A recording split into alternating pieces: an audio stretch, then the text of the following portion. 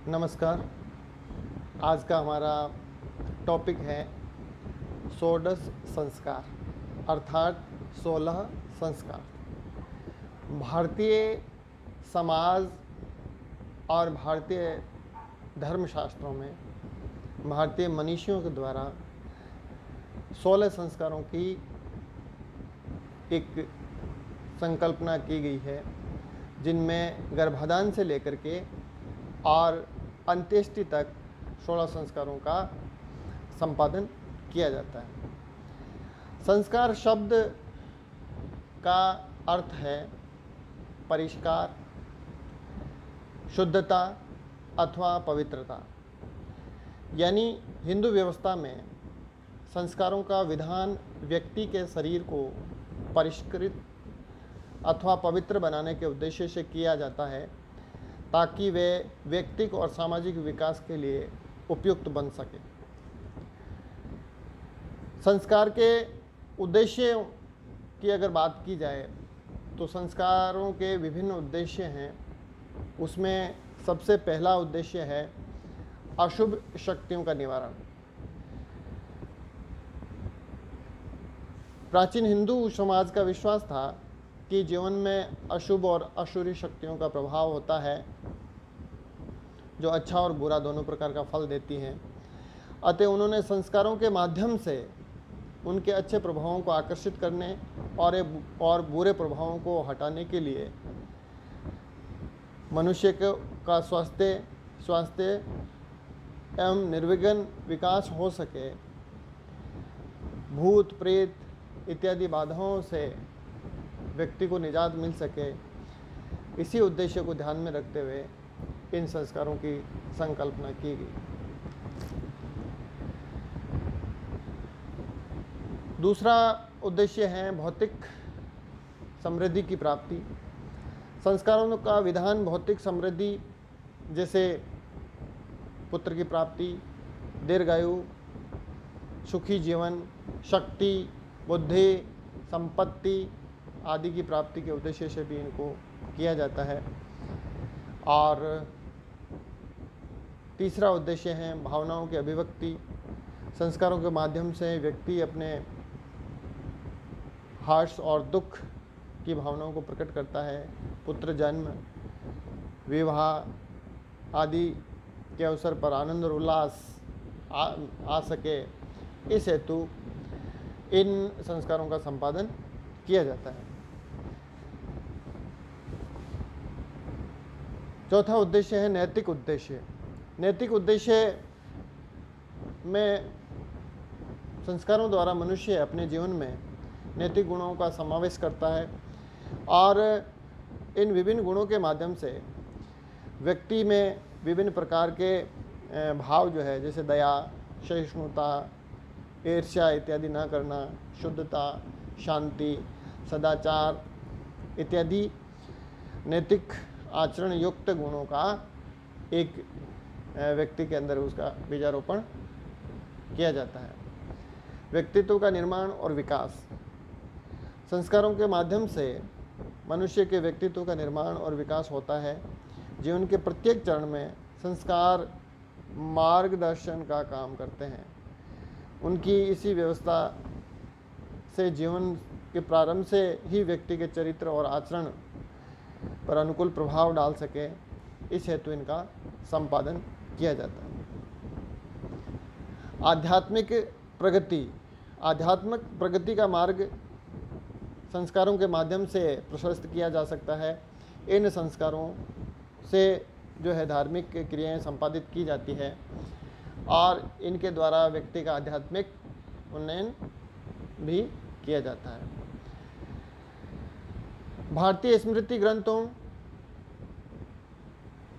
विभिन्न मनीषियों, विभिन्न विद्वानों और धर्म शास्त्रियों द्वारा भारतीय हिंदू धर्म में 16 संस्कारों की संकल्पना की गई है और इन 16 संस्कारों में सबसे पहला संस्कार है वो है गर्भाधान संस्कार। गर्भाधान संस्कार जो है वो पुत्र प्राप्ति के लिए अपनी पत्नी के गर्भ में बीज स्थापित करना इसका मुख्य प्रमुख उद्देश्य रहता है, क्योंकि समाज में निसंतान व्यक्ति का आदर नहीं होता है। इसीलिए व्यक्ति द्वारा ये चेष्टा की जाती है कि वो संतान उत्पत्ति करें, और चूँकि हर व्यक्ति पर जो जिस जीवन में आता है उस पर पितृ होता है, पितृ का एक भार होता है, और वो पितृ से मुक्त होने के लिए, उऋण होने के लिए वो इस संस्कार का आयोजन करता है। दूसरा संस्कार है पुंसवन संस्कार। ये संस्कार गर्भाधान के तीसरे माह में किया जाता है, और इस अनुष्ठान में, इस संस्कार में व्यक्ति द्वारा इस संस्कार के आयोजन में पुत्र उत्पत्ति की कामना की गई है या की जाती है, और इसके साथ साथ गर्भस्थ शिशु की रक्षा हेतु देवताओं की पूजा की जाती है, और ऐसी कामना की जाती है कि गर्भस्थ शिशु जो है वो स्वस्थ रहे और निरोग रहे। अगला है सीमंतोन्नयन संस्कार। चौथे से 8वें माह में, गर्भाधान के चौथे से 8वें माह में इस संस्कार का आयोजन किया जाता है। इसमें स्त्री के केसों को ऊपर उठाया जाता है। सीमंतोन्नयन, सीमांतो का अर्थ केसों से है, बालों से है। पति द्वारा केसों को ऊपर उठाया जाता है, इसलिए इसका नाम सीमंतोन्नयन संस्कार दे दिया है। गर्भवती स्त्री व भ्रूण को प्रेतात्माओं से बचाने के लिए देवताओं से आह्वान किया जाता है कि गर्भवती स्त्री यानी माता और उसके कोख में पलने वाला गर्भ जो है वो विभिन्न प्रकार की प्रेतात्माओं से, भूतों से, इस प्रकार की ऊपरी छाया से जो है वो अपने आप को सुरक्षित रखे, इस हेतु देवताओं से आह्वान किया जाता है। जातकर्म संस्कार, ये संस्कार बच्चे के जन्म के समय इसका आयोजन किया जाता है, और नाल काटने के बाद में और सबसे पहले बच्चे को शहद, घी या गुड़ इत्यादि चटाया जाता है, और इसको जातकर्म संस्कार नाम दिया गया है। प्रथम बार बच्चे को माँ द्वारा स्तनपान कराया जाता है, और माता व बच्चे के दीर्घ और स्वस्थ जीवन की कामना इसमें की जाती है। नामकरण संस्कार, नामकरण संस्कार इसको आम बोलचाल की भाषा में नाउन बोला जाता है। वैसे तो 9वें या 10वें दिन इसको किया जाता है, और इसमें जो नवजात शिशु होता है उस शिशु का नाम रखा जाता है, और नाम रखने में विभिन्न प्रकार के ग्रहों, नक्षत्रों, दिशाओं, तिथियों इत्यादि के हिसाब से नाम रखा जाता है। और नाम रखना में कहते हैं कि परिवार, समाज और कुल इत्यादि की मर्यादाओं का और उनकी परंपराओं का इसमें ध्यान रखा जाता है। लड़कियों का नाम रखना, लड़कियों के जो नाम होते हैं उन नामों में नाम बड़े कोमल हो, सुशील नाम रखे जाए, सुंदर नाम रखे जाएं, इस प्रकार की का आयोजन इस संस्कार में किया जाता है।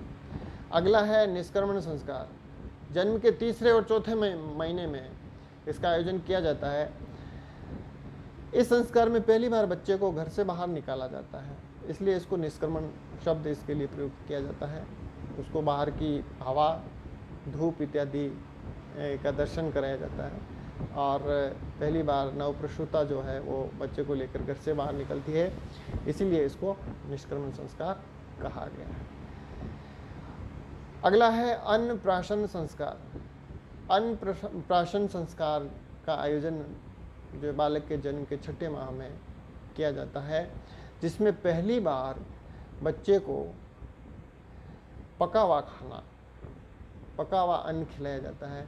क्योंकि अब तक बच्चा जो है माँ के दूध पर ही जो है अपना पोषण कर रहा था, लेकिन अब चूंकि उसका शरीर बड़ा हो गया और उसे और अधिक ऊर्जा और खाने की आवश्यकता होती है, इसलिए प्रथम बार बच्चे को पका हुआ भोजन दिया जाता है, अनाज दिया जाता है, इसलिए इसको अन्नप्राशन संस्कार नाम दिया गया। अगला है चूड़ाकरण संस्कार। चूड़ाकरण संस्कार में पहली बार बालक के बाल काटे जाते हैं और बाल काट करके और एक प्रकार से स्वच्छता और सफाई का बालक को ज्ञान कराया जाता है कि साफ सफाई और सफाई और स्वच्छता का जीवन में क्या महत्व है। इस प्रकार की एक आदत विकसित की जाए, निर्मित की जाए, ऐसी चेष्टा की जाती है। नेक्स्ट है कर्णवेद संस्कार।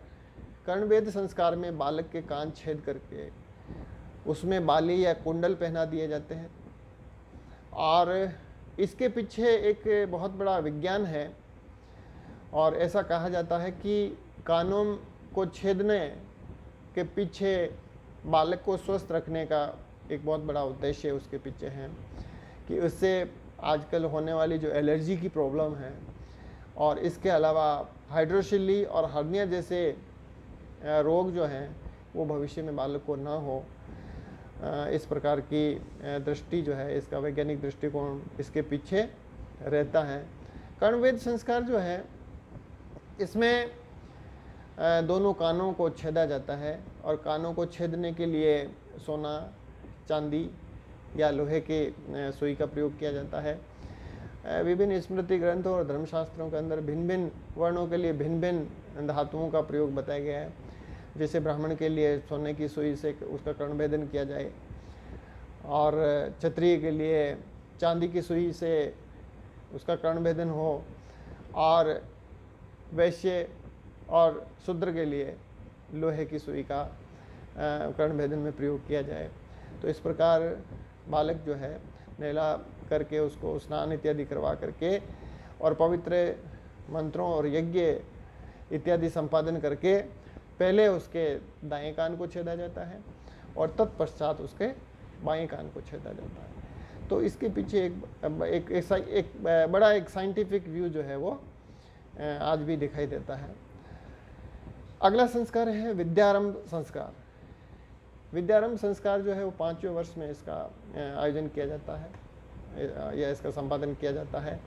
इसमें बालक को पहली बार जो है वो अक्षरों का ज्ञान कराया जाता है, पढ़ाई लिखाई से संबंधित कार्य शुरू किया जाता है और इसमें बुद्धि और ज्ञान जैसे गुण जो है बालक में किस प्रकार से प्रकट हो, बालक की रुचि किन क्षेत्रों में है, किन विषयों में उसकी रुचि है और रुचि और अरुचि का पता जो है वो इस काल में इस संस्कार से लगाया जाता है।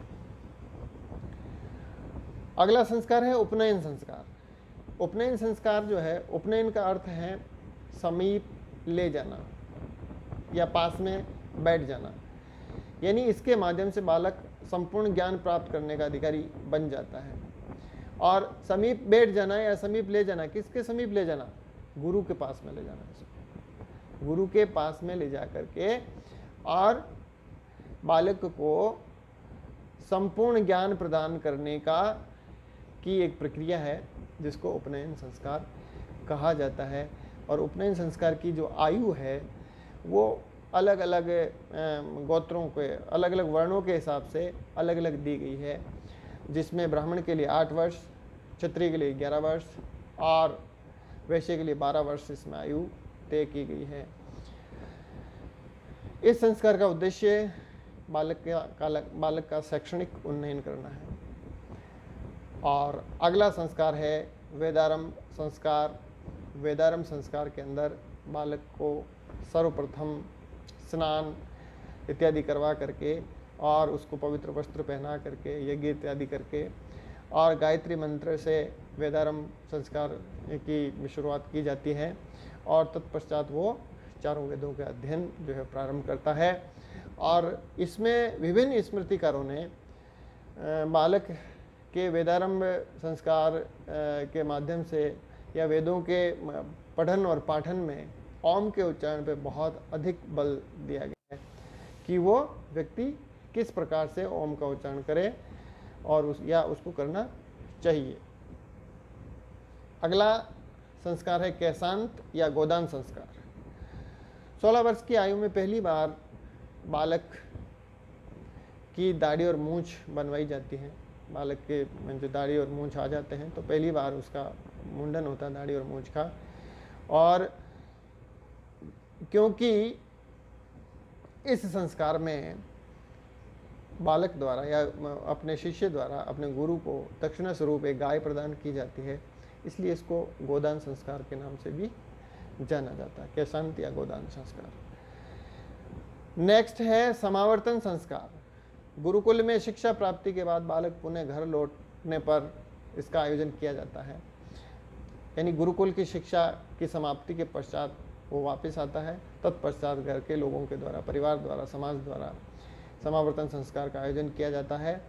और अब ये मान लिया जाता है कि व्यक्ति गृहस्थ आश्रम में प्रवेश के लिए अब योग्य हो गया है, अर्थात वो अब गृहस्थी बन सकता है। इसीलिए गृहस्थी बनने के लिए सबसे ज़्यादा ज़रूरी है विवाह का होना।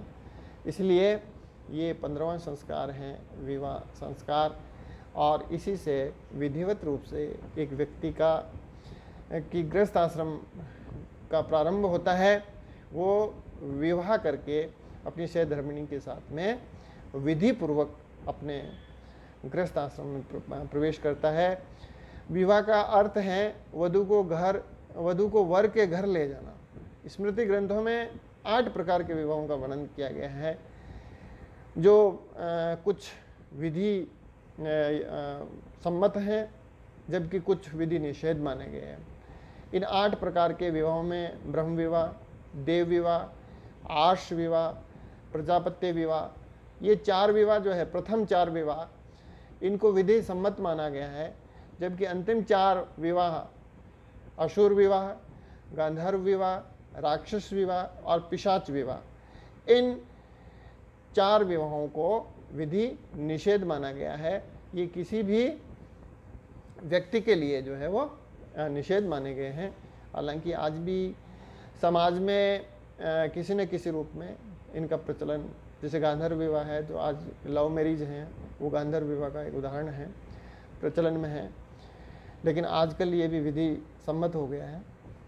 और 16वां संस्कार है अंत्येष्टि या अंतिम संस्कार, क्योंकि ये जीवन समाप्ति के बाद में इसका आयोजन किया जाता है, इसलिए इसको अंतिम संस्कार के नाम से जाना जाता है। इस संस्कार को मृत्यु के बाद में ही संपादित करते हैं, और इसका उद्देश्य, इसके संपादन का उद्देश्य है मृत आत्मा को स्वर्ग लोक में सुख और शांति प्रदान करना, कि जीते जी उसने इस भौतिक जगत के सुखों का आनंद लिया है और मृत्यु के पश्चात वो स्वर्गलोक में सुख प्राप्त करेगा और अपनी आत्मा को शांति प्रदान करेगा और व्यक्ति को मोक्ष की प्राप्ति हो जाएगी।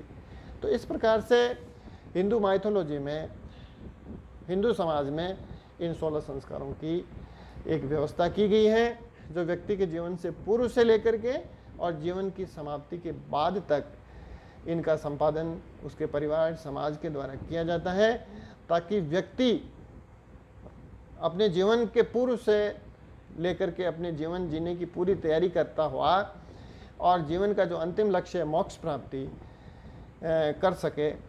इस हेतु ये एक विधि विधान इसमें किया गया है, और जो जीवन के लिए एक बड़ा एक साइंटिफिक वे से इसकी योजनाबद्ध तरीके से इसको निर्मित किया गया है। धन्यवाद।